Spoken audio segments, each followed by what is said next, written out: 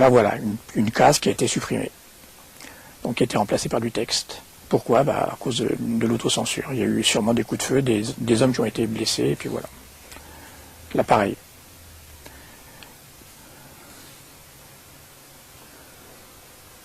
On sent, quand on regarde cette page, on sent qu'il y a des scènes qui n'existent pas, qui ont été coupées. C'est trop réduit. Alors ça, c'est une histoire de texte avec un caractère un peu fantastique, avec des plumas géants, qui fait un peu peur d'ailleurs, parce que les plumas sont vraiment énormes. J'ai lu ça quand j'avais 9 ans, j'avoue, j'avais été impressionné.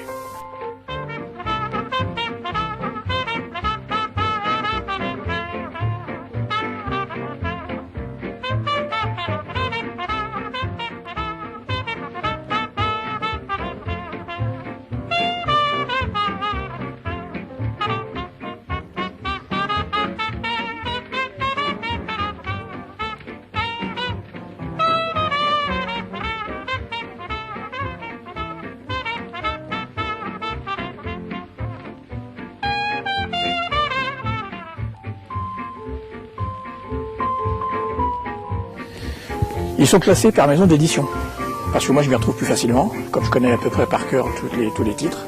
Donc toute la colonne là, c'est édition Imperia. C'est un éditeur lyonnais. Toute la colonne là, c'est édition Mon Journal. C'était un éditeur parisien.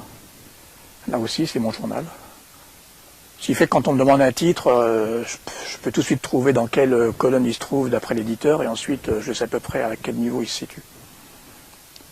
Mais il n'y a pas... Sinon, classer ça, c'est compliqué, hein, vu tout ce qu'il y a eu. Ivanoé, c'est un titre qui a bien marché aussi. Ça, c'était tiré du feuilleton de la télé. En début 60, il y a eu un feuilleton avec Roger Moore. L'éditeur français a eu la bonne idée de sortir presque en même temps une bande dessinée qui s'appelait Ivanoé.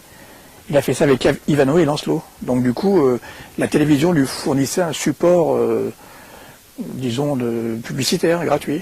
Donc c'était pas une mauvaise idée.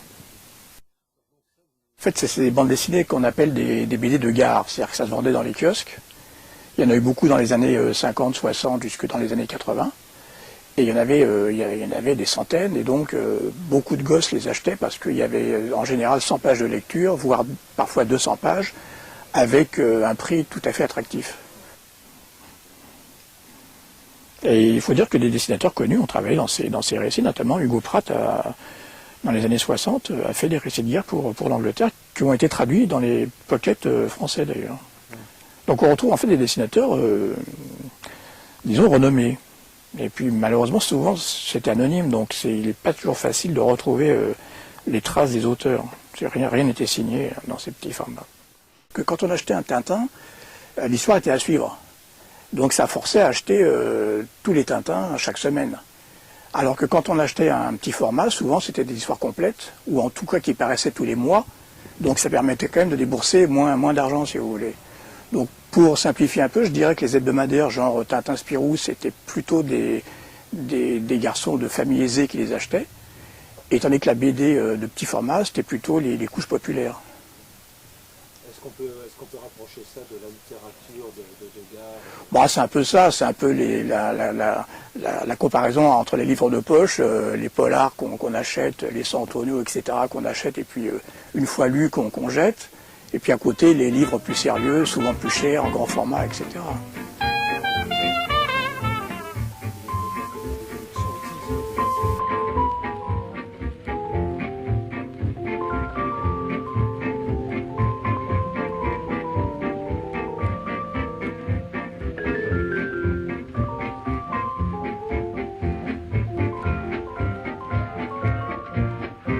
Le roc est un géant, en fait, un trappeur géant avec des cheveux longs, qui était pas tellement, c'était assez original quand c'est sorti en 1955, et blond, un peu à la Viking, et qui se bat contre les Anglais. Et là aussi, il y a des scènes un peu fantastiques. Ils vont se réfugier dans une tour, et il y a un personnage à la Frankenstein qui apparaît avec un savant fou qui expérimente. C'était la force des Italiens qui n'hésitaient pas à mélanger des genres, à mettre du fantastique ou de la science-fiction dans le western, par exemple. Cela dit, il y avait quand même des BD pour filles à l'époque. Hein. ça existait. Hein. Il y avait les hebdomadaires comme Lisette, Fillette, Bernadette, La Semaine de Suzette, etc. Il y avait même des petits formats pour les filles, spécifiquement pour les filles. Mais je m'aperçois que il y a peu de collectionneuses en fait. Ouais, des fois parce qu'ils avaient une sœur qui lisait ça. Ou le petit format, oui, il est né dans les années 49-50, donc c'est l'après-guerre. Et effectivement, il a perduré une quarantaine d'années, et donc ça s'adresse à quelques générations précises.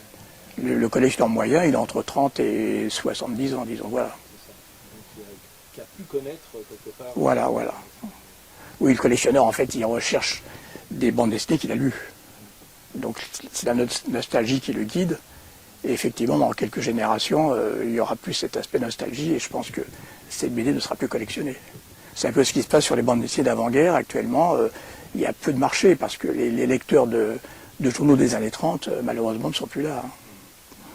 Et alors, dans votre... Un excellent western italien, ça aussi, La Route de l'Ouest. Il y a combien de collections? Ce titre-là, par exemple, Rollbacker, voilà. Là, vous avez la collection complète. Il n'y a eu que 2 numéros.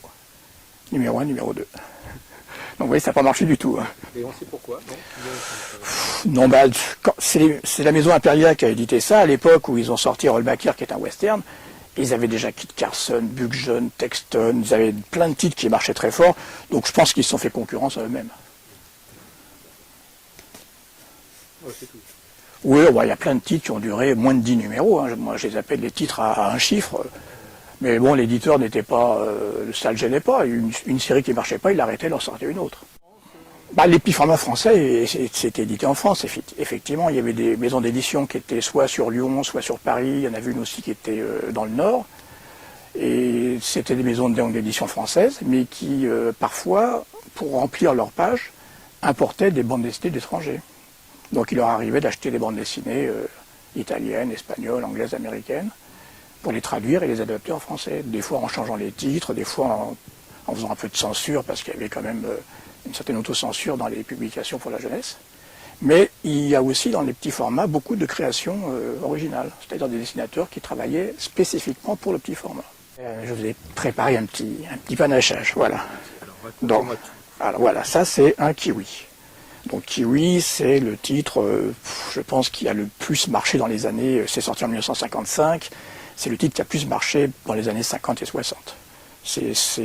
D'après l'éditeur, Kiwi avait un tirage de 300 000 exemplaires. Donc ce qui est énorme, parce qu'il faut bien être convaincu qu'un petit format, on se le prêtait à l'époque, on se les échangeait, on se les donnait des fois parce que ça ne valait pas grand-chose. Donc on calcule qu'un petit format passait de main en main et était lu par 4 ou 5 lecteurs.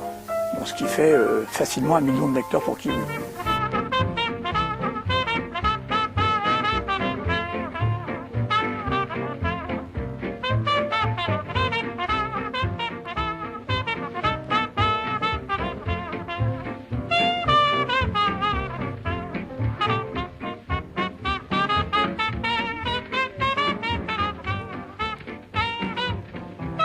Il faut parler de Rodéo parce que ça c'est un titre qui a très bien marché.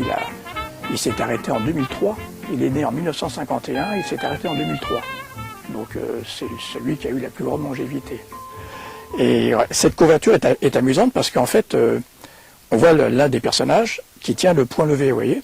Et en fait, il avait dans la version italienne, parce que c'est une couverture qui vient d'Italie, il avait eu un pistolet. Et ça a été gouaché. Donc en fait, il tend le poing, mais il ne tire pas.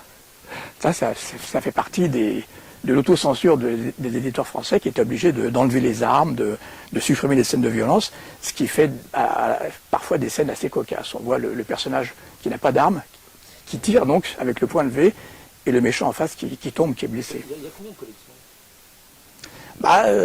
Il y a eu quand même plusieurs centaines de titres, pas loin de 1000 titres différents. Bon, certains ont duré très longtemps. Il y a des séries comme Hakim qui ont duré plus de 700 numéros. Buck John, Rodéo ont dépassé 600 numéros. Mais à côté, il y a eu des séries qui n'ont pas marché, qui ont duré 5, 10, 15 numéros. Mais si on fait le total, il y a bien 1000 titres. Parmi lesquels, bon, à peu près 10% sont très collectionnés, et puis le reste, beaucoup moins. En fait, il n'y a pas de secret. Ce qui s'achetait, les titres qui ont eu du succès à l'époque, sont maintenant ceux qui sont les plus recherchés, ce qui est logique.